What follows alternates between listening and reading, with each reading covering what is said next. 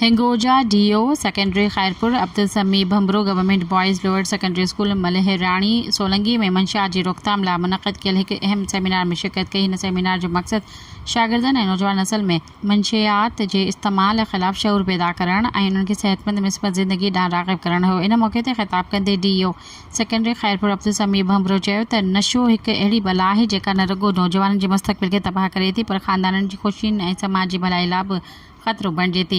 मुंहिंजे त शागिर्दनि खे घुरिजे त उहे अहिड़ियुनि बुराइनि खां पाण खे महफ़ूज़ रखनि, पंहिंजी तालीम ते ध्यानु ॾियनि, पंहिंजे वालिदैन ऐं उस्तादनि जी उमेदुनि ते पूरो लहण जी कोशिशि कनि। सेमिनार में हेड मास्टर मोहम्मद सुखियल, उस्ताद असलम जोगी ऐं फोकल पर्सन वक़ार हतार पिणु शिरकत कई। आख़िर में शागिर्दनि तरफ़ां पिणु अहद कयो वियो त हू मंशियात जहिड़ियुनि बीमारियुनि खां पाण खे परे रखंदा ऐं घर भातियुनि समेत ॿियनि खे बि इन बाबति आगाही ॾींदा। सब्सक्राइब कयो अवामी न्यूज़ HD खे ऐं ताज़ा तरीन ख़बरुनि लाइ ॾिसंदा रहो अवामी न्यूज़ HD।